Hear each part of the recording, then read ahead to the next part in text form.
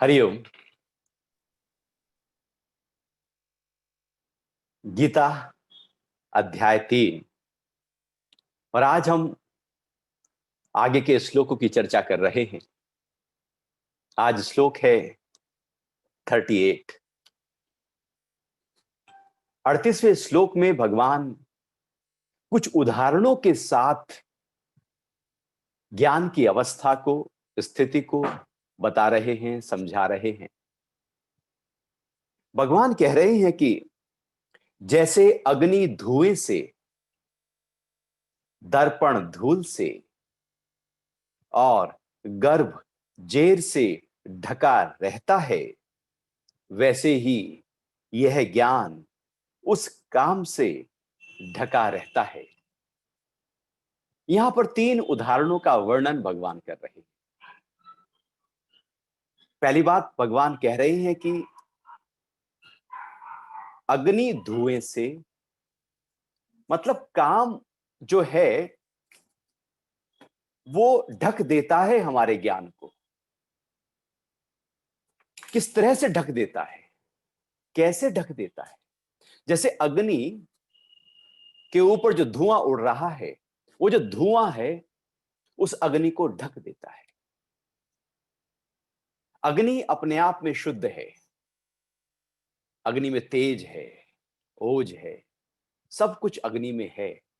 लेकिन उसके ऊपर जो धुआं है, वो जो धुआं है उसके कारण से वो जो दूषितता है वो फैल जाती है। या यूं कहें कि धुएं के कारण से अग्नि दिखती नहीं है। जैसे कोई कोयला हो, उसमें आग नीचे लगी हुई हो, थोड़ी थोड़ी तो ऊपर धुआं ही धुआं हो रहा है, तो अंदर की जो आग है वो दिखनी बंद हो जाएगी। वो जो आग है, वो जो अंदर की है, जो अग्नि है, वो ढक जाती है धुएं के साथ में। धुएं के कारण से जब अग्नि ढकती है तो उसकी जो विशुद्धता है, उसमें जो चमक है, उसकी जो रौनक है, उसकी जो प्रज्वलितता है, वो भी ढक जाती है। अग्नि थी, लेकिन धुआं ऐसा होता है जो आंख में चला जाए, नाक में, सांस में चला जाए तो सब कुछ डिस्टर्ब कर देता है। धुआं पूरी तरह से व्यक्ति को दूर ले जाने के लिए, मतलब अग्नि के ऊपर जो धुआं है, उस धुएं के कारण से व्यक्ति अपनी आंखों को मलता है, सांस लेने में कठिनाई होती है। अग्नि का यदि धुआं ना हो, पूरी तरह से प्रज्वलित अग्नि हो, तो देखने में जैसे सूरज की अग्नि है, धुआं नहीं है, ऐसे चमक रहा है। लेकिन यदि धुआं आ जाए, बादल आ जाए, तो उसकी जो प्रकाश है वो ढक जाएगा। ऐसे ही हमारे अंदर जो ज्ञान है, भगवान उसको अग्नि की तरह कह रहे हैं, प्रकाश। चूंकि आत्मा को प्रकाश भी कहा है, हजारों सूरज के समान चमकता हुआ प्रकाश जो हमारे ही भीतर है। आत्मा को प्रज्वलित भी कहा है, अंगार की तरह एकदम, ऐसे कि वहां पर प्रकाश तो बहुत है, लेकिन शीतलता के साथ प्रकाश है। अब उस प्रकाश को हम अनुभव नहीं कर पाते, क्योंकि उसके ऊपर एक धुएं की तरह एक जो काम का है वो अंधेरा आ गया है। तो जो अग्नि है, जो आत्मा की तरह है, वो दिख नहीं पाती, चूंकि उसके ऊपर धुएं की समान जो काम है वो ढक गया है।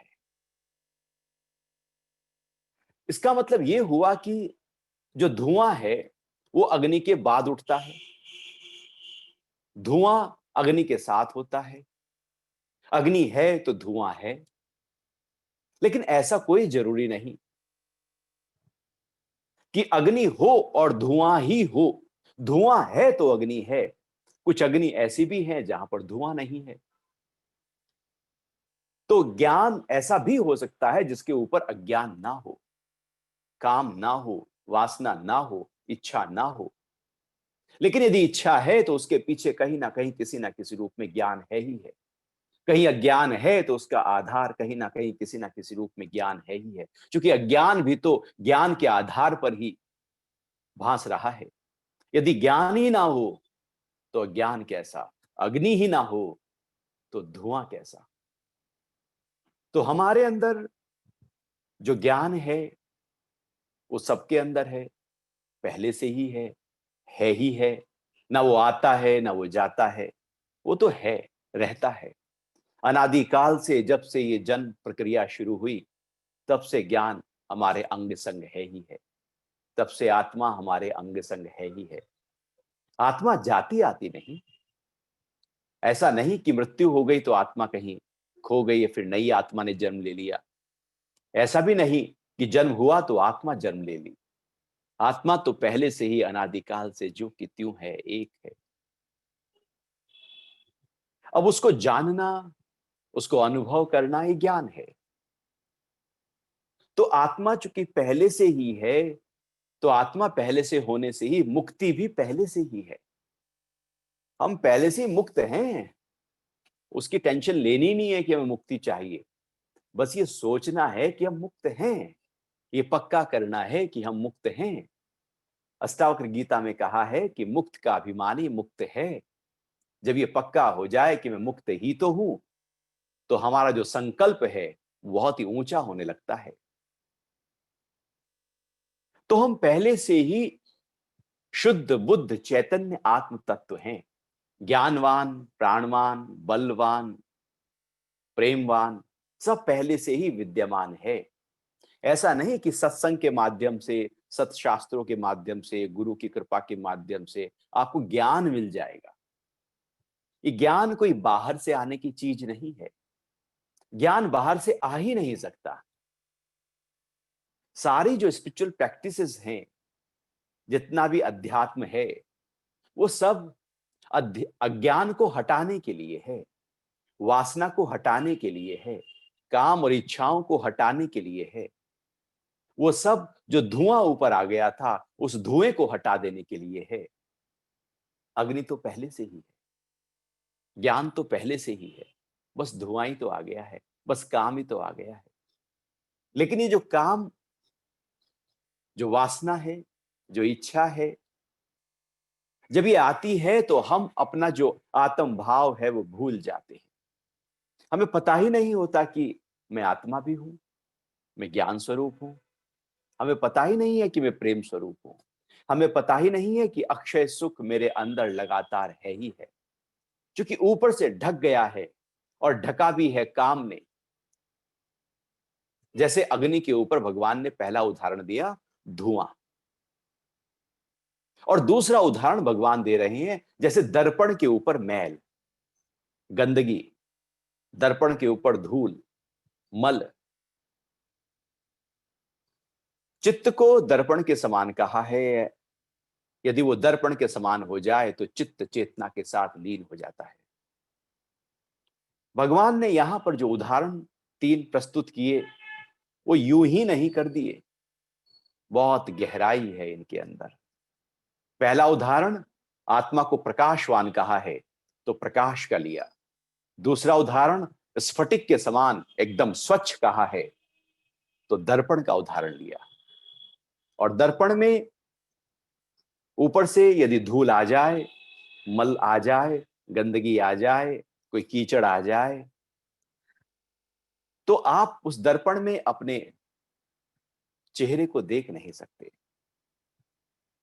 है दर्पण, पूरी दर्पण की क्वालिटीज उसके साथ हैं। कीचड़ आ जाने पर, वास्तविकता में जो दर्पण है उसके ऊपर कीचड़ आया है, लेकिन अंदर जो दर्पण है वो तो जू का त्यों है। वो मल से नहीं भरा हुआ, बल्कि उसके ऊपर एक आवरण आ गया मल का।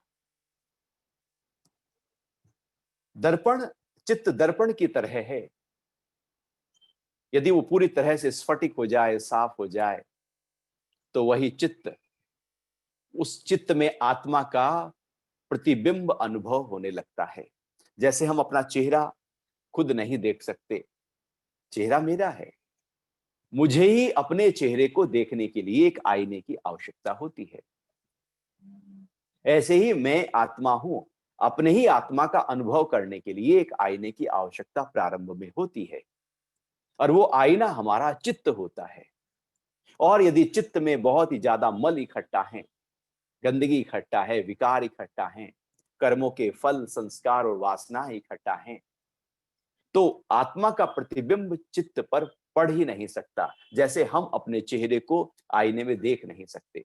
हमारा चेहरा है जो का त्यों है, लेकिन अब दिख नहीं रहा है, क्योंकि उसके ऊपर मल आ गया। तो ऐसा नहीं कि हम अपने चेहरे को साफ करेंगे, चेहरा तो पहले से ही जैसा है वैसा है, लेकिन जो बीच का जो आवरण था उसे हटाना है। तो जो चित्त है उसके अंदर जो गंदगी इकट्ठा हो गई है, यदि वो साफ हो जाए तो आत्मा का प्रतिबिंब चित्त के ऊपर पड़ता है और हम अब उस आत्मा का अनुभव करना प्रारंभ कर देते हैं। इसलिए चित्त की सफाई की जाती है, नहीं तो चित्त की सफाई का कोई औचित्य नहीं। संचित कर्मों का नाश, प्रारब्ध को भोग लेना, कर्म क्रियमाण को बनने नहीं देना। क्योंकि चित्त जितना साफ हो जाएगा, निर्मल हो जाएगा, स्फटिक की तरह हो जाएगा। आईना जितना चमकदार होगा, चेहरा उतना ज्यादा क्लियर दिखाई देगा। चित्त जितना स्वच्छ होता चला जाएगा, आत्मा का अनुभव, वो आनंद, वो प्रेम, वो ज्ञान उतना ही प्रकट होता चला जाएगा। तो भगवान कह रहे हैं कि दर्पण के ऊपर जैसे मल इकट्ठा हो जाए, और वैसे भी दर्पण में तो कुछ ठहरता नहीं है। आप अपना चेहरा देखो, दूसरी इतनी देर में कोई और आएगा तो वो चेहरा देखेगा, फिर कोई और आएगा, दिन भर हजारों लोग आ जाएं। ऐसा थोड़ी है कि आईना जो है किसी चेहरे को कैप्चर कर लेता है। वहां आना और जाना लगा हुआ है, क्योंकि आईना ये अच्छी तरह जानता है कि ये सब परिवर्तनशील है। मैं जो का त्यों हूं, बाकी जितने भी यहां पर जिसका भी प्रतिबिंब पड़ता है परिवर्तनशील है, आएगा जाएगा। जैसे दर्पण अचल है, कोई हलचल नहीं, लेकिन जितने भी वहां पर आईने आ रहे हैं, यदि वो 200 साल पुराना कोई आईना हो, तो उसमें तो न जाने कितने लोगों ने अपने चेहरे देखे हैं। आईना ज्यों का त्यों रह गया, लेकिन चेहरे बदल गए। तो ऐसे ही आत्म तत्व ज्यों का त्यों रहता है, लेकिन जो परिवर्तनशील संसार है वो बदलता रहता है। चित्त में सारे कर्मा बदलते रहते हैं। तो जब हम अपने दर्पण के ऊपर पड़े हुए मल की सफाई करते हैं, तो फिर आईना क्लियर हो जाता है। भगवान ने यहां पर मल शब्द कहा, गंदगी कहा। भगवान ने कहा कि ये जैसे दर्पण के ऊपर धूल इकट्ठा हो जाए, ये धूल और कुछ नहीं, ये गंदगी, ये बदबू कुछ और नहीं, ये केवल हमारी काम वासना है, ये केवल हमारी इच्छाएं हैं। भगवान ने इस काम को, इन इच्छाओं को, धुएं का, मल का, ऐसे उन्होंने भगवान ने उदाहरण प्रस्तुत किए कि थोड़ा सा तो जागे कि ये काम है क्या। ये काम पूरी तरह से हमारे व्यक्तित्व के ऊपर, हमारे चेतन तत्व के ऊपर एक बदबू की तरह है। वासना बदबू होती है। वासना कुछ हमें देती नहीं है, बल्कि सब कुछ लेती रहती है। हमें ऐसा लगता है कि वासना से मुझे कुछ मिलता है, इच्छा पूरी हो जाने पर कुछ मिलता है, बल्कि हमारी सारी एनर्जी चली जाती है, हमारा समय चला जाता है, हमारी बुद्धि उसमें खप जाती है, हमारे मन की शक्ति उसमें चली जाती है, हमारे इंद्रियों की शक्ति भी उसमें कहीं खो जाती है, और जीवन का बहुत ही बड़ा हिस्सा उन वासनाओं को पूरा करने में चला जाता है। अंत में देखते हैं कि हाथ तो कुछ भी नहीं आया, क्योंकि एक वासना पूरी होते ही अब दूसरी वासना खड़ी हो गई, फिर तीसरी खड़ी हो गई। ये तो ढेर है, ये तो मल का ढेर है, कूड़ा करकट है, ये हमें उलझा देगा। ये बाहर का धुआं है, जो लगता है, दिखता है कि कुछ हो रहा है धुएं से, लेकिन वह है कुछ नहीं, वो उड़ जाएगा। धुआं भी नया नया आता रहता है, ऐसी वासनाएं भी नई नई प्रकट होती रहती हैं। दर्पण के ऊपर धूल भी नई नई इकट्ठी होती रहती है, वासनाएं भी नई नई आती चली जाती हैं। इन काम को हमें समझना होगा कि ये काम जो है, उसने ही बंधन डाला है, दुख दिए हैं, उलझन दी है, समस्या दी है, झगड़े दिए हैं, परेशानी दी है। जीवन की जीवंतता, जीवन की खुशबू सारी कहीं खोई है, तो उसका जो कारण है वो काम है, वो इच्छाएं हैं, वो वासनाएं हैं, वो विकार हैं, वो अज्ञान है। अज्ञान बाहर से आता है, ज्ञान भीतर से है ही है। जो चीज बाहर से आती है उसको हटाया जा सकता है, जो है ही है उसको कैसे? वो तो केवल पाई जा सकती है या उसमें टिका जा सकता है। तो बाहर से जो इकट्ठा हुआ था उसको हटाना है, गंदगी को हटाना है, सफाई कर देनी है। जैसे फर्श की सफाई करते हैं तो फर्श एकदम चमकदार हो जाता है और एकदम अपना चेहरा भी दिखने लगता है। जैसे बहुत ही गंदा पानी हो नदी में तो आप जाकर उसमें देखो तो कुछ आपको चेहरा अपना दिखाई नहीं देगा, लेकिन पानी यदि साफ हो जाए, स्वच्छ हो जाए तो आपको अपना चेहरा दिखाई देने लगेगा। जैसे पानी उबल रहा हो तो उबलते हुए पानी में कभी भी आपको अपना चेहरा दिखाई नहीं देगा, और यदि वही पानी शांत हो जाए, शीतल हो जाए, ठंडा हो जाए तो उसी पानी में आप अपना चेहरा देख सकते हैं। ये गर्म पानी वासना है, काम है। जो गर्म हो गया है, एनर्जी पूरी तरह से इम्बैलेंस हो गई है, अब उसमें हम अपना स्वरूप नहीं देख सकते। लेकिन एनर्जी जब पूरी तरह से शांत हो जाए, व्यवस्थित हो जाए, संतुलित हो जाए, प्राण सही प्रकार से बहे, सब कुछ परफेक्ट होने लगे, अर्थात एकदम ठहराव आ जाए, जिसको शांति, स्थिरता, प्रेम, आनंद कहते हैं, सब कुछ ठहराव आ जाए तो हम अपना स्वरूप देख सकते हैं। जैसे पानी शीतल होने पर हम अपना आईना, उसमें चेहरा देख सकते हैं। तो काम से हम बाहर की तरफ दौड़ रहे हैं, इच्छा की तरफ जा रहे हैं और नतीजा हो रहा है कि हमारा स्वरूप कहीं भूल रहा है। तो भगवान ने दूसरा उदाहरण भी दिया कि ये जो ऊपर आवरण आ गया है, धूल का है, इसको हटाना है। और तीसरा उदाहरण भगवान दे रहे हैं, जैसे गर्भ जो है वो जेर से, झिल्ली से ढक जाता है।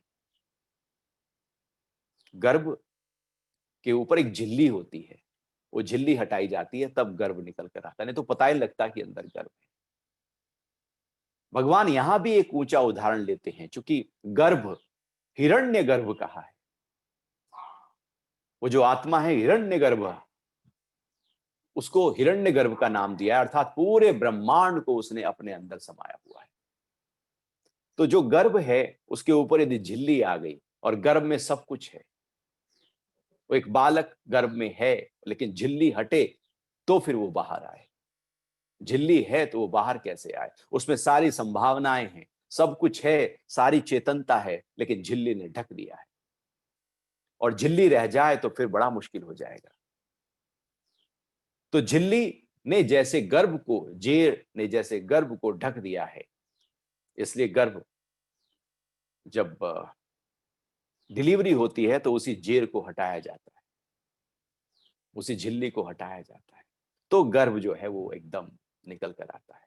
ऐसे ही आत्मा के ऊपर भी एक झिल्ली है, एक आवरण है, वो है काम वासना का, वो है काम का, इच्छाओं का।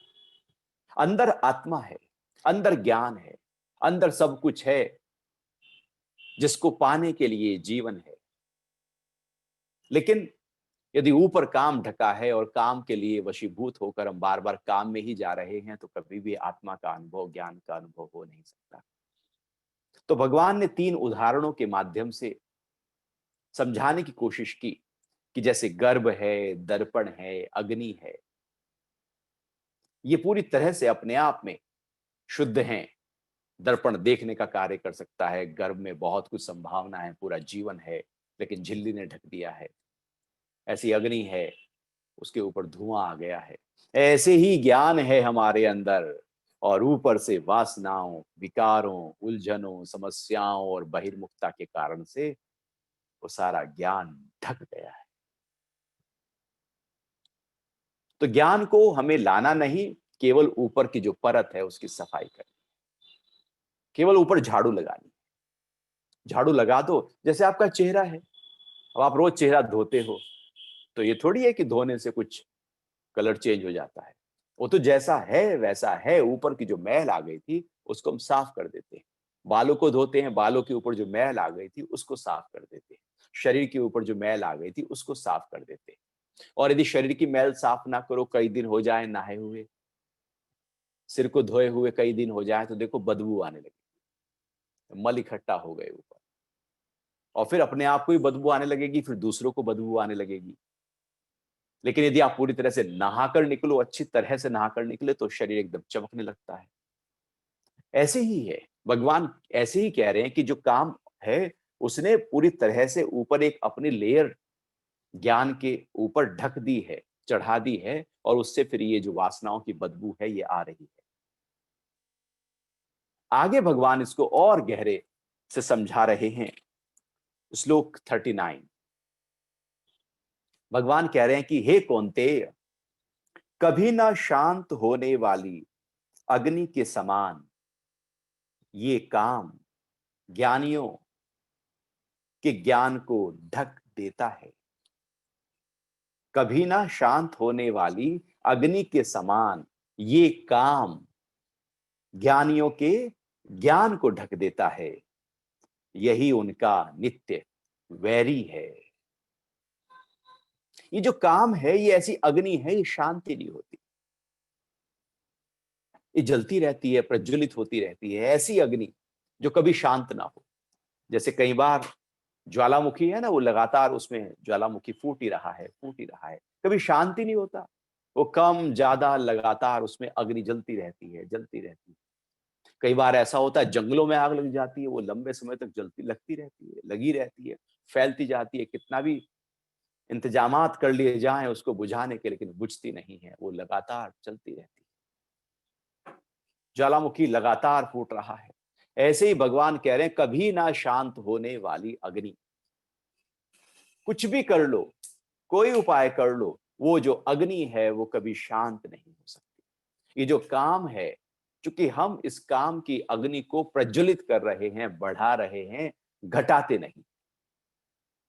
जैसे हमें काम वासना को, इच्छाओं को, विकारों को कम करना हो तो हम सोचते हैं नहीं, पूरा इसको ना, मन में इच्छा आई है इसको पूरा कर ही लेते हैं, इस इच्छा पूरी करके ही तो हम उसको खत्म कर सकते हैं।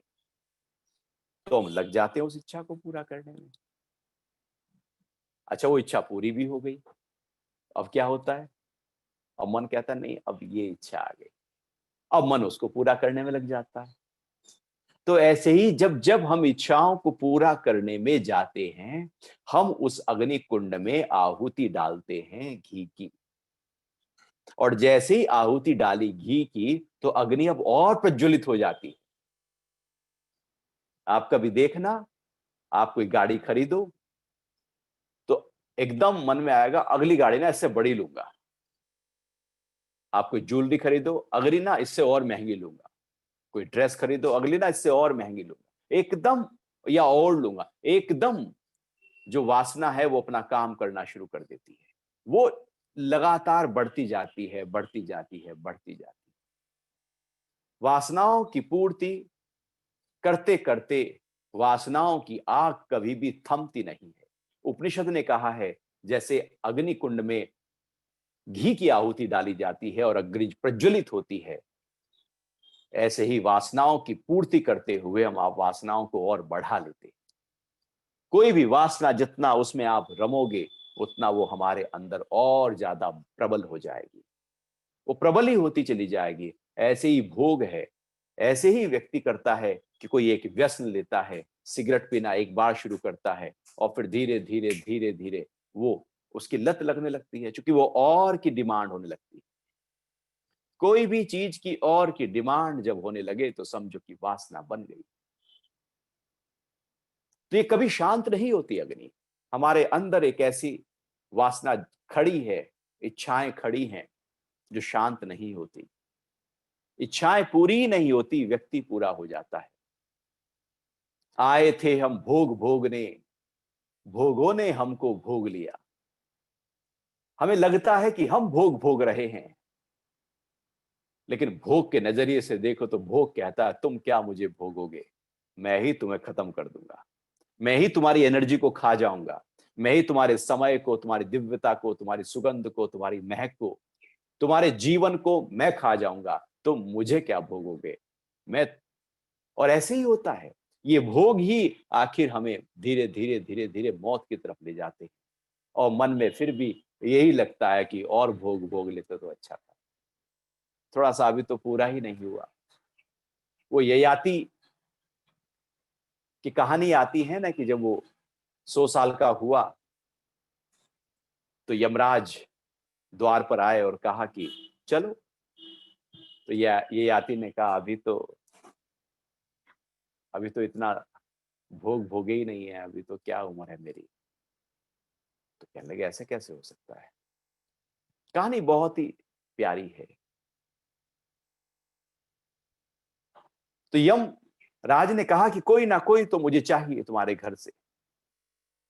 तो राजा ययाति कहता है कि ठीक है, मेरे 10 पुत्र हैं, आप उसमें से किसी को ले जाओ।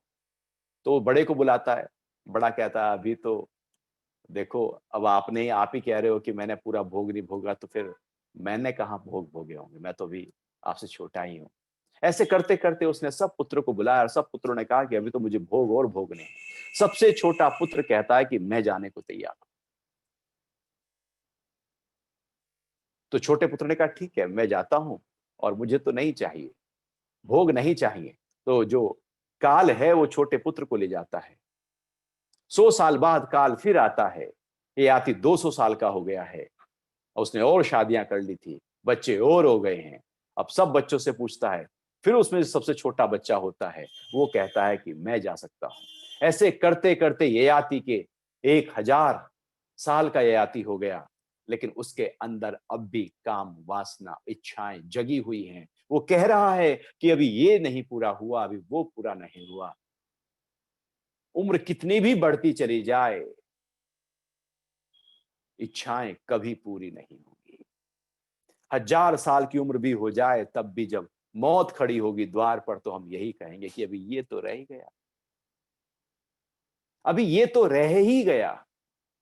अर्थात एक वासना, एक इच्छा, एक बहिर्मुखता लगातार जगी रहती है, कभी पूरी नहीं होती।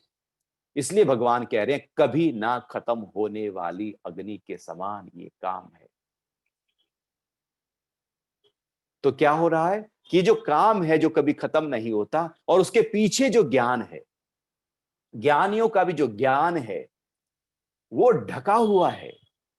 जो ज्ञान में लगातार प्रवृत्त हैं, उनके ऊपर भी काम किसी ना किसी रूप में आकर उस ज्ञान को ढक लेता है। ज्ञान में लगातार लगातार रहने वाले व्यक्ति के अंदर भी काम की वासनाएं उभरने लगती हैं, इच्छाएं उभरने लगती हैं।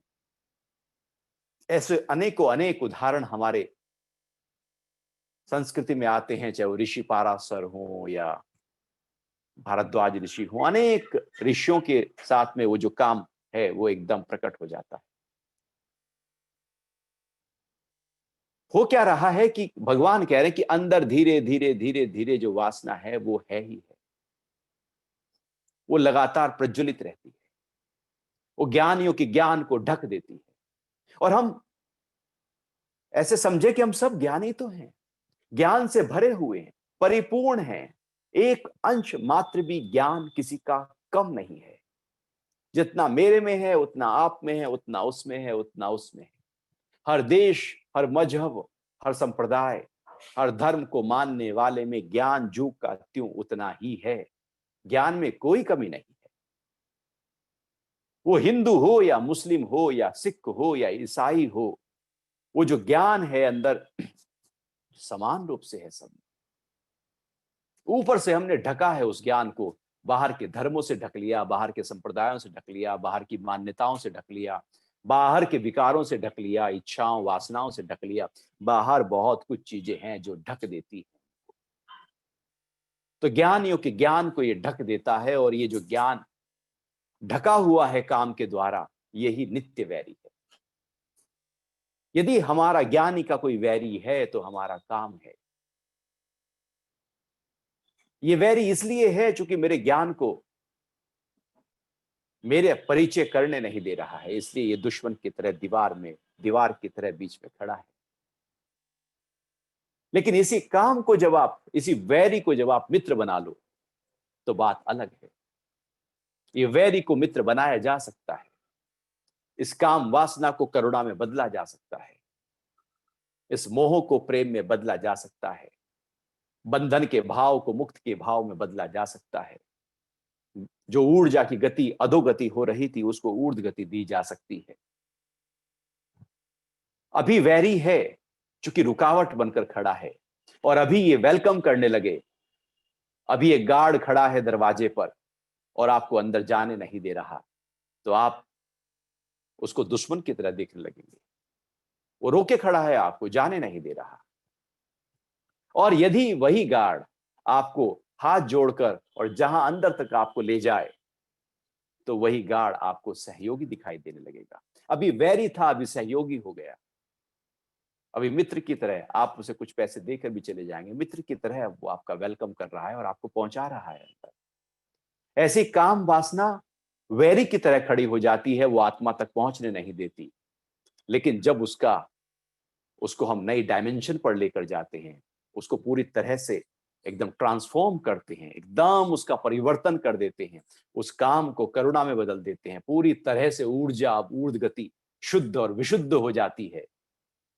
जो मल से भरी हुई थी, वो विशुद्ध हो गई है। ऐसे ही कि जैसे दर्पण साफ हो गया है, अग्नि धुएं रहित हो गई है, गर्भ जेर रहित हो गया है, ऐसे ही पूरी तरह से अब वो जो काम वासना है, वो अब बदल कर उसने रूप बदल लिया है, वो ऊर्जा बन गई है, और वही ऊर्जा मुझे मेरे स्वरूप तक टिकाने में सहायक हो रही है। अन्यथा वो नित्य वैरी है, लगातार निरंतर वैरी है। वो काम वासना से पार पाना बड़ा मुश्किल है, हो ही नहीं पाता। कितना भी आप कोशिश कर लो, लेकिन वो फिर किसी ना किसी रूप में इच्छाएं खड़ी रहेंगी।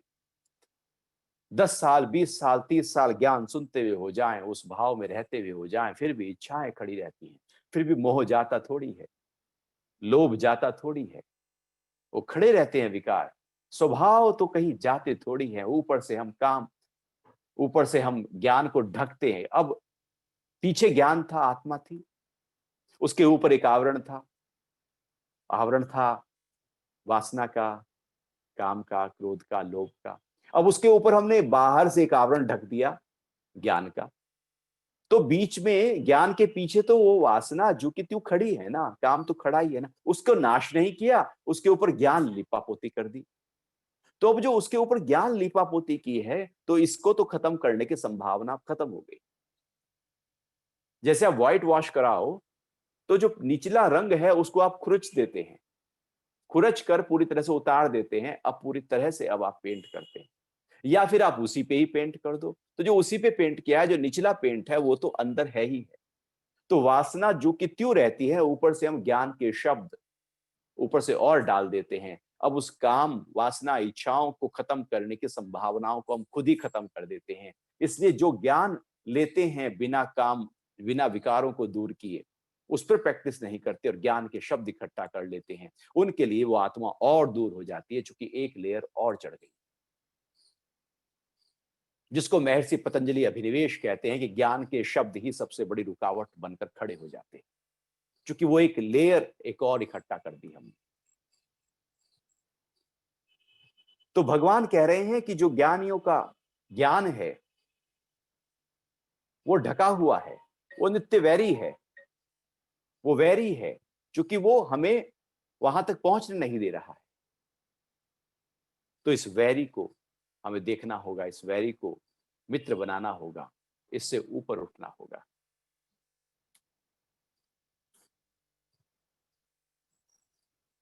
फिर आगे भगवान धीरे धीरे गहराई से बात करते जा रहे हैं।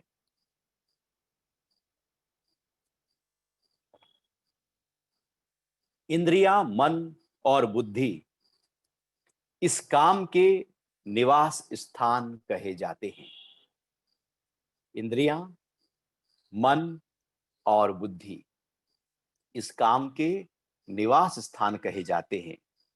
इसके द्वारा ज्ञान को ढककर यह काम जीवात्मा को मोहित करता है।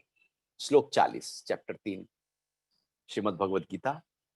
इंद्रियां, मन और बुद्धि इस काम के निवास स्थान कहे जाते हैं। अब ये रहता कहां है? काम का घर कहां है? कहां से ये अटैक करता है? कहां से ये एकदम इसका जो चिंगारी है फूट पड़ती है? ऐसा कहां है? कहां कहां है? जब तक हम शत्रु को ढूंढेंगे नहीं कि रहता कहां कहां है, तब तो उसका नाश कैसे कर सकते हैं? घर में चूहा घुस गया है तो हमें देखते हैं ना बिल कहां है, मच्छर घुस रहा है तो देखते हैं ना कि जाली कौन सी खुली हुई है, कौन सी टूटी हुई है, फटी हुई है। वो देखते हैं ना, ढूंढते हैं कि उसके जगह कहाँ है। ऐसे ही दुश्मन को भी कहाँ उसके ठिकाने हैं, सर्जिकल स्ट्राइक करके उसके ठिकानों का नाश किया जाता है। क्योंकि यदि उनके निवास स्थान को ही पूरी तरह से वहां से उसको काम को नहीं खदेड़ा गया, तो काम खड़ा रहेगा और हमें पता ही नहीं लगेगा कि वो काम यहां भी बैठा है। तो कहां कहां बैठा है छुपक कर काम? भगवान कह रहे हैं कि 3 जगह बैठा है वो। 3 है उसके निवास स्थान। पहली है इंद्रियां, दूसरा है मन, और तीसरी है बुद्धि। इंद्रियां, मन, बुद्धि। जो बुद्धि है उसमें काम है। हम बुद्धि के निर्णय भी इच्छाओं, वासनाओं, विकारों के आधार पर लेते हैं। कभी कोई निर्णय लेना हो, आप देखना, यदि वहां पर कोई अपने वाला भी है तो आप उसको ध्यान में रखते हुए निर्णय लोगे। कोई काम वासना उठी है तो निर्णय भी काम वासना के आधार पर लोगे। कभी कोई क्रोध उठा हुआ है तो निर्णय क्रोध के आधार पर लोगे। कभी लोभ के आधार पर निर्णय लोगे, कभी मोह के आधार पर निर्णय लोगे। बुद्धि में वो काम खड़ा रहता है और निर्णय उसी अनुरूप व्यक्ति लेता चला जाता है।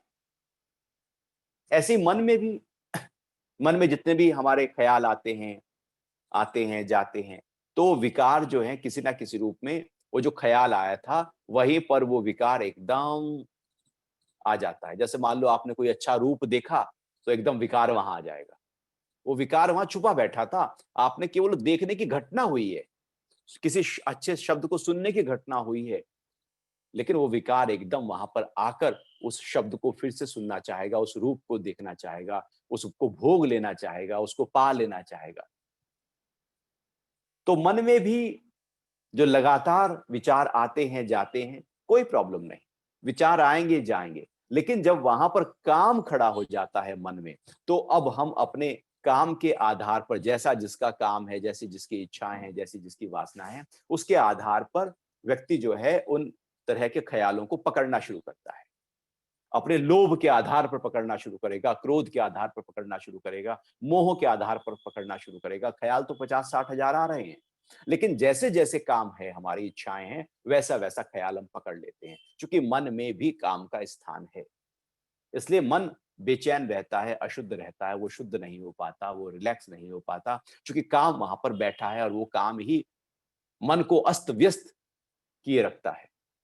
उधेड़ बुन सारी मन में उसी इच्छाओं और वासनाओं और विकारों के आधार पर होती है। यदि वो ना हो तो मन तो पूरी तरह से आत्मा की तरफ जा सकता है। ये मन बंधन का कारण भी हो सकता है, ये मन मुक्ति का कारण भी हो सकता है।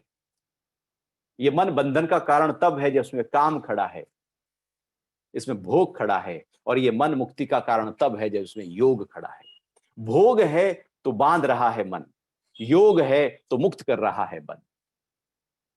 तो मन भी काम अच्छी तरह से रचा बसा अंदर है, और इंद्रियों में भी काम है। इंद्रियां केवल ये आंख नाक कान, ये इंद्रियां नहीं, बल्कि अंदर जो वासना है, इनके माध्यम से किसी चीज को पा लेने का जो भाव है, उसको इंद्रिय कहते हैं। ये आंख नाक कान तो व्यक्ति मर जाता है तो वो यही रह जाती है, लेकिन इंद्रिय, ये जो आंख है, आंख को देखने की जो शक्ति है, जो आंख के पीछे रहती है, वो इंद्रिय है। आंख इंद्रिय नहीं, आंख को देखने की शक्ति, कान के सुनने की शक्ति इंद्रिय है। अर्थात इन ये जो डिवाइसेस हैं बाहर के, इनके पीछे इनके काम कराने की जो शक्ति है, वो इंद्रिय है। वहां पर काम, इस आंख में काम नहीं रहता। लेकिन मुझे वही देखना है, मुझे वही सुनना है, मुझे वही खाना है, मुझे वही टच करना है, मुझे वही चाहिए। तो वो जो है, वो इंद्रिया पीछे जो है वहां पर काम बैठा है, और काम के आधार पर हम इन आंखों को, कानों को, नाक को उधर ही लेकर जाते हैं, क्योंकि वो काम के स्थान कहे गए हैं। इंद्रियां, मन और बुद्धि काम के स्थान हैं। इंद्रियां, मन और बुद्धि, ये सीक्वेंस है। इंद्रियां के पीछे मन बैठा है, मन के पीछे बुद्धि बैठी है। जब बुद्धि में ही काम है तो नीचे तो काम बहेगा ही बहेगा। बुद्धि में यदि योग जग जाए तो नीचे योग आने लगेगा। बुद्धि में यदि भोग जग जाए तो नीचे भोग आने लगेगा। यदि पीछे के स्तर पर ही कोई वासना जाग जाए, तो मन में आप उसी वासना के ख्याल सोचना शुरू कर देंगे और फिर इंद्रियों के माध्यम से भी उसी को पूरा करना शुरू कर देंगे। क्योंकि पीछे से ही प्रवाह, जो पीछे की धारा है, वो वैसी बह रही है। तो भगवान कह रहे हैं कि जो इंद्रियां हैं, मन है, बुद्धि है, ये काम के स्थान है। लेकिन इसका मतलब ये नहीं कि इस ये जो इंद्रियां हैं ये बेकार हैं, मन बेकार है, बुद्धि बेकार है। बेकार नहीं है, ये बहुत ही महत्वपूर्ण है उस आत्मा तक पहुंचाने के लिए, लेकिन अभी दूषित हो गई, अभी डिस्टर्ब हो गए, एनर्जी फ्लो इम्बैलेंस हो गया है। वो एनर्जी जो मन में ऊर्ध्व गति पर बहनी चाहिए थी, वो नीचे की तरफ बिखर कर बह रही है। वो जो बुद्धि में सदकर एनर्जी जब बहती है तो विवेक जगाती है, अब बिखर कर काम के कारण से बुद्धि बाहर की तरफ बह रही है। ऐसी इंद्रियां भी जो एकाग्र हो सकती हैं, वो एकाग्र ना होकर पूरी तरह से भटक गई है। तो इंद्रियां, मन और बुद्धि, इन तीनों में काम रहता है। क्योंकि जब तक ये पता ही ना हो कि कहां रहता है, उसका नाश कैसे करेंगे, तो नाश करने से पहले हमें समझना होगा। इसलिए भगवान गहराई एक एक श्लोक को और गहरे गहरे तरीके से समझाते जा रहे हैं, ज्ञान देते जा रहे हैं। क्योंकि ज्ञान आ जाए तो बात बन जाए। केवल ज्ञान ही काफी है किसी चीज को समझ लेने के लिए। जब पता लग जाए ये मल है, तो व्यक्ति खाता थोड़ी है। और छोटे से बच्चे को पता ही नहीं लगता कि ये मल है, तो छोटा बच्चा, आपने कभी देखा होगा, अपने आप ही पोटी करता है, उसको हाथ पे लेता है, मुंह पे लगाता है, उसे ज्ञान नहीं, अपराध बोध हो रहा है। लेकिन जब ज्ञान आ जाता है तो फिर कभी कोई खाता थोड़ी है। केवल केवल ज्ञान की बात है।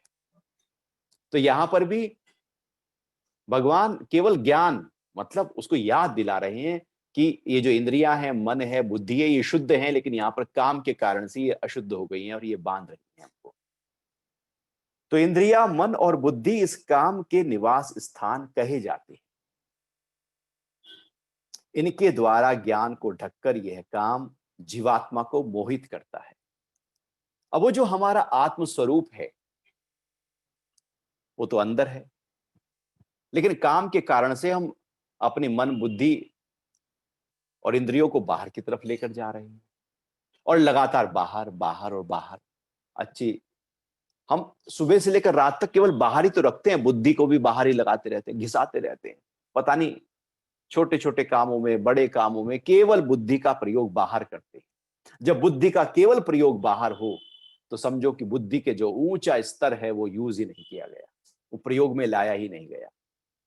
ऐसे ही मन को भी हम केवल बाहर के ख्यालों में ही लगा कर रखते हैं, इंद्रियों को भी केवल बाहर की तरफ लेकर जाते हैं। सारी ऊर्जा हमारी बाहर की तरफ बह रही है। जब सारी ऊर्जा सुबह से लेकर रात तक बाहर की तरफ बहे और रात से लेकर सुबह तक स्वप्न में भी बाहर की तरफ ही बहे, तो जो आत्म तत्व है उसको अनुभव हम नहीं कर सकते। वो मोहित हो जाता है, वो मोहित हो जाता है बाहर की तरफ। हम पूरी तरह से बाहर ही रहने पसंद करते हैं। जीवात्मा मोहित हो जाती है, चूंकि लगातार लगातार इंद्रियां बाहर, मन बाहर, बुद्धि बाहर। इसलिए कहते हैं ध्यान करो, इसलिए कहते हैं एकाग्र करो, इसलिए कहते हैं एकांतवास करो, मौन करो, इसलिए कहते हैं कभी द्वारों को बंद करके बैठो, कभी अपने आप को बाहर से डिस्कनेक्ट तो करो, कभी हटाओ तो जगत से अपने आप को। कहां जगत में हमने अपने आप को ऐसे पकड़ा हुआ है? हमने पकड़ा है जगत को, जगत ने हमें थोड़ी पकड़ा है। हम ना रहेंगे तो जगत को कोई फर्क थोड़ी पड़ता है। जगत कोई वो परेशान होता ही नहीं है। हम पकड़े बैठे हैं जबरदस्ती, हम पकड़े बैठे। तो कभी उस पकड़ को छोड़कर अपने साथ तो बैठ सकते हैं। तो यदि उस पकड़ को छोड़कर अपने साथ बैठेंगे, तो ऊर्जा जो बाहर की तरफ बह रही है वो अंदर की तरफ आनी शुरू हो जाएगी। और जो जीवात्मा जो बाहर की तरफ मोहित हो रही है, वो बाहर की तरफ उसका जो मोह है वो बंद हो जाएगा, वो अंदर की तरफ आ जाएगी। अर्थात अब हम आत्मा को अनुभव करने लगेंगे। जब हम केवल जगत की तरफ रुचि दिखाएं तो जीवात्मा मोहित हो गई है जगत से। और जब हम अपने अंतरतम की ओर जाएं तो समझो कि उसका जो मोह है वो भंग हो गया है। मोह का मतलब है भ्रम। जैसे कहते हैं ना, मोह, इसका भ्रम टूट गया है। एक्चुअली सारा भ्रम है ये, धुआं भ्रम है, दर्पण के आगे धूल भ्रम है, हट सकती है, जबरदस्ती है। ऐसे ही हमने भी भ्रम के रूप में जगत को सत्ता दी है। जो सत्य था उसको छोड़कर कहीं और सत्ता दी है और मोहित हो गए हैं जगत के प्रति। और जगत ही दिखाई देता है, व्यापार ही दिखाई देता है, परिवार ही दिखाई देता है, और कुछ दिखता ही नहीं है, क्योंकि वहां मोहित हो गई है जीवात्मा। आत्मा जब जीव के साथ आ जाए तो जीवात्मा कहलाती है, और वो मोहित हो रही है बाहर की तरफ, क्योंकि जीव बाहर की तरफ जा रहा है। जीव मतलब जो बाहर की तरफ गति करे, आत्मा मतलब जो भीतर है ही है। तो हमने जब बाहर की तरफ लगातार मन बुद्धि अहंकार के माध्यम से अपने आप को रखा, तो अब अंदर के आनंद को हम अनुभव नहीं कर सकते, अपने ज्ञान को अनुभव नहीं कर सकते, अपने आत्म तत्व को अनुभव नहीं कर सकते, क्योंकि वहां पर सबसे बड़ी रुकावट के रूप में काम बैठा था, और काम को हमने ध्यान नहीं दिया, वासना को दूर नहीं किया, इसलिए जीवात्मा मोहित हो गई।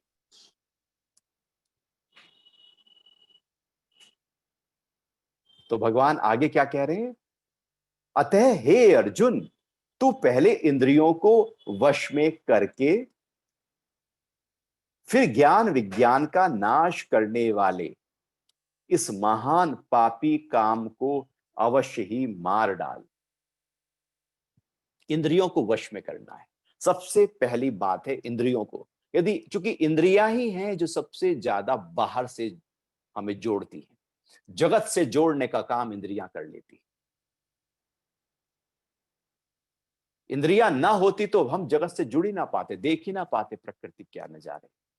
हम लोगों को ना देख पाते, वस्तु ना देख पाते, पदार्थ ना देख पाते, कार सारी हमारे लिए एक जैसी हो जाती, रंग सब एक जैसे हो जाते, शब्द कुछ रहता ही ना, चूंकि इंद्रिया ही नहीं है, कान ही नहीं, ना गंध रहती। इंद्रियां ही हैं जो कनेक्ट किए हुए हैं, जोड़े हुए हैं, और पूरी तरह से बाहर की ओर बांधे हुए हैं इंद्रियां। तो भगवान ने कहा कि सबसे पहले इन्हीं इंद्रियों को वश करना होगा। वश का मतलब इनको खत्म नहीं करना है, कोई आंख को फोड़ने से बात थोड़ी बनेगी, कान को खत्म करने से बात थोड़ी बनेगी, कोई नाक को काट लेने से कोई बात थोड़ी बनेगी। इंद्रियां ये नहीं है आंख नाक कान, इसके पीछे है शक्ति।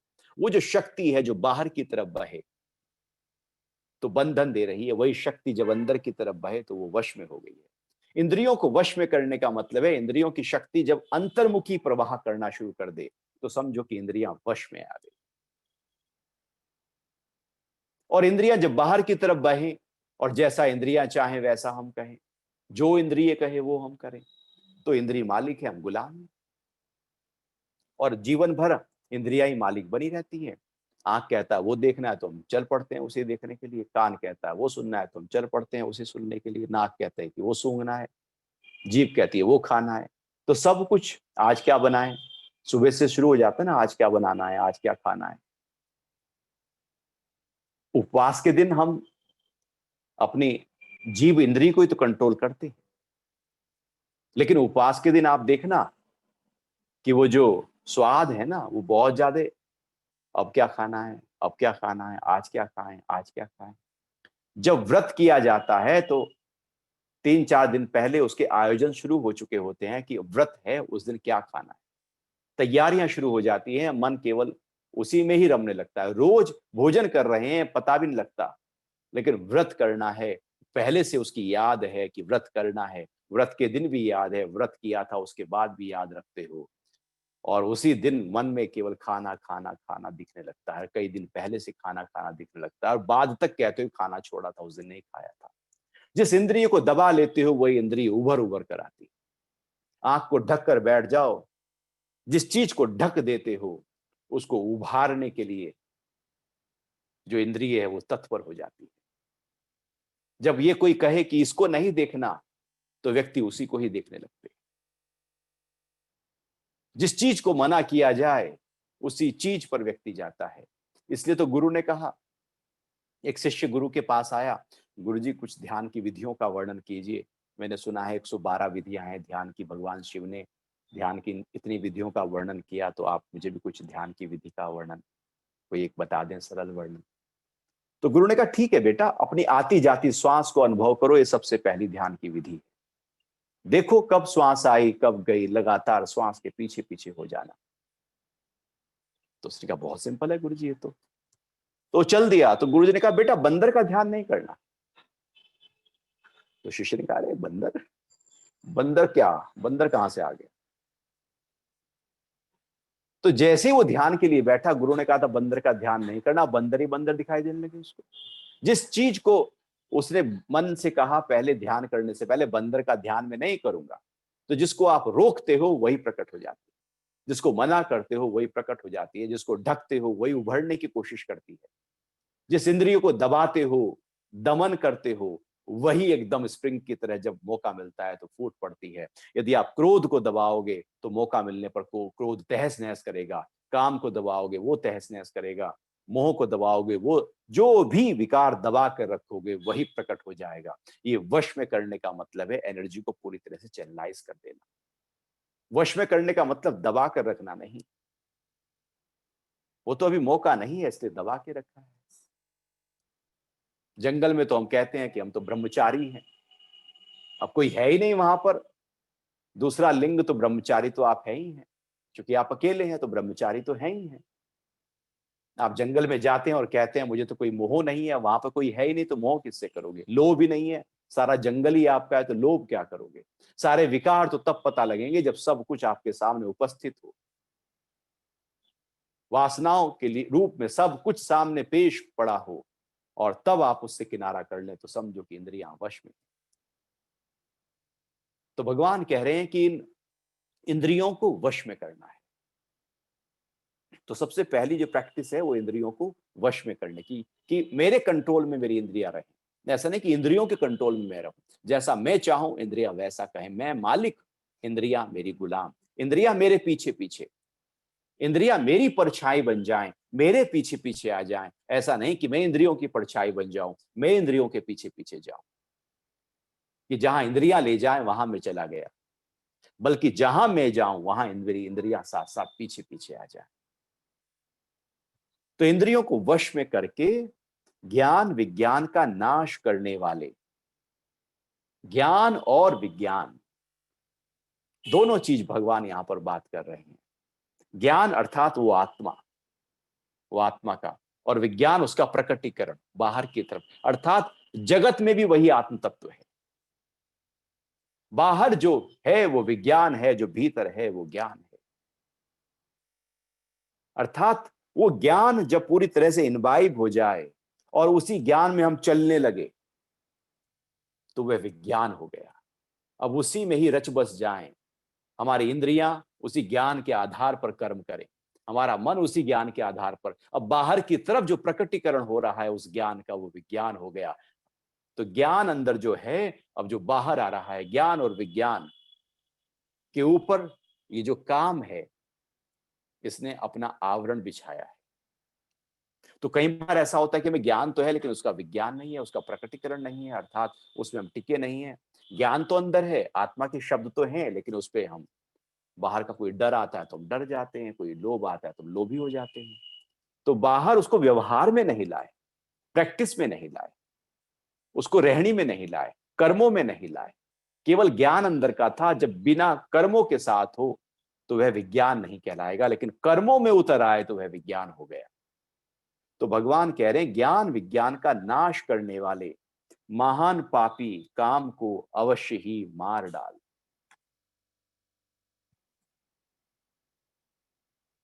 ये जो काम है उसका नाश करना है। मार डालने की प्रक्रिया का मतलब कैसे मारेंगे, अर्थात उसको ट्रांसफॉर्म करेंगे, उसको चैनलाइज करेंगे, उसको ऊर्ध्व गति देंगे। मारने का मतलब है उसको एक नई एकदम ऊंचाई दे देंगे, एकदम एकदम जैसे डायमेंशन एकदम नया चेंज हो चुका हो, एक ऊपर की स्तर पर हम आ गए, जैसे मोह प्रेम में बदल गया हो, काम करुणा में बदल गया हो, पूरी तरह से वो बदल गया हो और वो रहा ही ना हो। तो पहला जब नहीं रहा तो इसका मतलब वो मर गया है, वो अब नहीं रहा, अब उसका पूरी तरह से रूपांतरण हो चुका है। यदि रूपांतरण कर लिया तो इसका मतलब है जो पहला था वो मर गया है। जब बीज अपना रूपांतरण करता है तो अंकुरित हो जाता है, तो बीज नहीं रहता, बीज मर गया है, अब वो पौधा निकल आया है।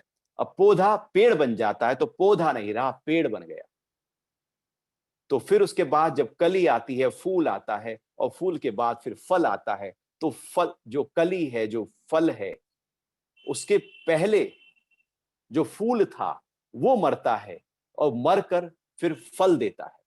रूपांतरण हुआ है फूल का फल में, रूपांतरण हुआ है बीज का पौधे में, पौधे का पेड़ में, पेड़ का टहनी में, टहनी का पत्ते में, पत्ते का, इस तरह से धीरे धीरे रूपांतरण होता चला जाता है, और पहली चीज मरती चली जाती है, या यूं कहें कि वो पूरी तरह से बदलती चली जाती है। वो अपनी ऊंचाई पर आ जाती है, जहां पर वो मैक्सिमम हो सकती थी वहां पहुंच चुकी होती है। फूल जब जहां मैक्सिमम हो सकता है, जब वहां पहुंचता है, तो फल आते हैं। और यदि वो फूल जहां तक वो पहुंच सकता है वहां तक वो पहुंच नहीं पाता, तो उसका फल भी नहीं आता। तो ऐसे ही ये रूपांतरण है। इस काम को पूरी तरह से, चूंकि ये ऊर्जा है, एनर्जी है, एनर्जी को कभी डिस्ट्रॉय नहीं किया जा सकता, उसको पूरी तरह से चैनलाइज किया जा सकता है, ट्रांसफॉर्म किया जा सकता है। तो मार नहीं सकते इसको, ऐसा थोड़ी कि कोई भाला लेकर, अंकुश लेकर, किसी लेकर मारेंगे, बल्कि उस ऊर्जा को धीरे धीरे धीरे धीरे साधना के माध्यम से, प्रैक्टिस के माध्यम से, ज्ञान के माध्यम से, ध्यान के माध्यम से उसकी दिशा को, दशा को ऊर्ध गति देते चले जाएंगे। जो काम था वो काम नहीं रहेगा।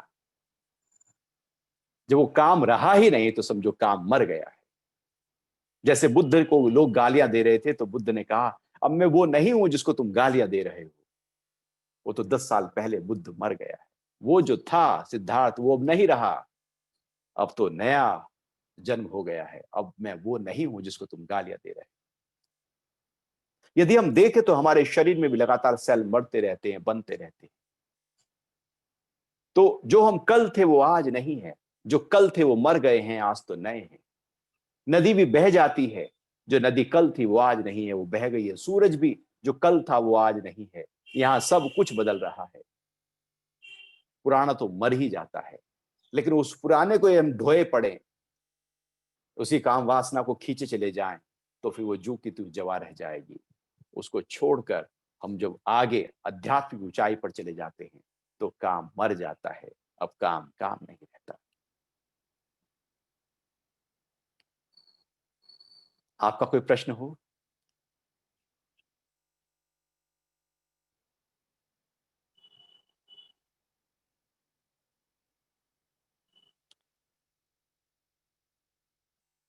तो इंद्रियों को ट्रांसफॉर्म कैसे करें?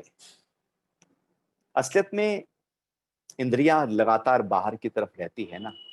कभी ऐसे करके देखो कि यदि ये चीज नहीं भी हो तो चलेगा या नहीं चलेगा। जो जिसके बिना मैं नहीं रह सकता, क्या वो जब नहीं रहेगी तो वो चल सकता है या नहीं चल सकता? अपने आप को, जब जीवन में सारे सुख हो, तो सुख से थोड़ा सा हटकर कोशिश करो कि इसके बिना भी क्या मेरा काम चल सकता है या नहीं चल सकता। जब आप कहो कि इसके बिना चल ही नहीं सकता, तो समझो इंद्रियां हावी हैं हम पर। जब कहो मेरा सबके बिना भी काम चल सकता है, तो आपने अपने आप को ऊंचा किया है, इंद्रियां नीचे स्तर पर है। तो धीरे धीरे इस तरह से प्रैक्टिस हम करते जाएं कि जैसे लगातार हम बाहर की तरफ अपने आप को रखते हैं, वहां से हटाओ और अपने साथ जोड़ो। अपने साथ जुड़ते चले जाओ। आप पाएंगे कि इंद्रियां जो बाहर की तरफ लगातार बह रही थी, वो अंदर की तरफ आ रही है, अंतर्मुखी हो रही हैं। इंद्रियां मन के साथ, मन बुद्धि के साथ, और बुद्धि आत्मा के साथ। इसी को ही भगवान ने आगे अगले श्लोक में बताया है कि कैसे ट्रांसफॉर्म करें, इंद्रियों को कैसे करें। तो भगवान आगे कह रहे हैं, इंद्रियों को मन के साथ जोड़ना पड़ेगा, मन को बुद्धि के साथ जोड़ना पड़ेगा, बुद्धि को आत्मा के साथ। ये ट्रांसफॉर्म की एक तरीका, एक प्रोसेस है। उसी प्रोसेस में वो आगे तरीका बता रहे हैं इसका। मुझे एक सवाल है। अभी जैसे बात हो रही थी, तो ये जो हृदय है, मन है, वो बहुत चंचल है। अब उसको कैसे एकाग्र करें कि जब भी वो एकाग्र हो जाएगा तो इंद्रियां भी एकाग्र हो जाएंगी, ट्रांसफर हो जाए, आदमी का सब इधर सब एकाग्र हो जाए, वो कैसे करें? जो कुछ कर रहे हो सबको बंद कर दो, वो अपने आप एकाग्र हो जाएगा। जो उपद्रव किया जा रहा है, वो सारा उपद्रव थाम दो। ये सब अपने आप शांत हो जाएगा। हम उपद्रव में लगे रहते हैं, हम दौड़ते रहते हैं, फिर यदि हम कहें कि हम कैसे रुक जाएं, तो क्या करना पड़ेगा? दौड़ अब को बंद कर देना पड़ेगा। होगा। आप रुके हुए हैं, आपने मुट्ठी बंद की है, आपको कि मुझे हाथ को ढीला करना है, खोलना है, तो क्या करना पड़ेगा? बंद मुट्ठी को खोल देना होगा। जो आप कर रहे हो उसको थाम दीजिए, स्थिरता अपने आप प्रकट हो जाएगी। तो एकाग्रता के लिए जो हलचल हमने जीवन में पैदा की है, उन हलचलों को जरा थामने की कोशिश तो करो। अच्छा, ध्यान में भी हम क्या करते हैं? ध्यान में हम बैठ जाते तो करते क्या है? आंखों को बंद कर लेते हैं, बाहर से कुछ नहीं करते, बाहर के शब्द नहीं सुनते, कुछ देखते नहीं, कुछ बोलते नहीं, शरीर को हिलाते डुलाते नहीं, अर्थात जो कुछ किया जा रहा था उन सबको शांत कर लेते हैं ना हम। गुरुजी, जो कर रहे हो उसको शांत यदि हम नहीं करेंगे तो हृदय मन एकाग्र नहीं होगा। इसलिए ध्यान की प्रैक्टिस, मंत्र योग की प्रैक्टिस, आसन की प्रैक्टिस, प्राणायाम की प्रैक्टिस, ये है क्यों?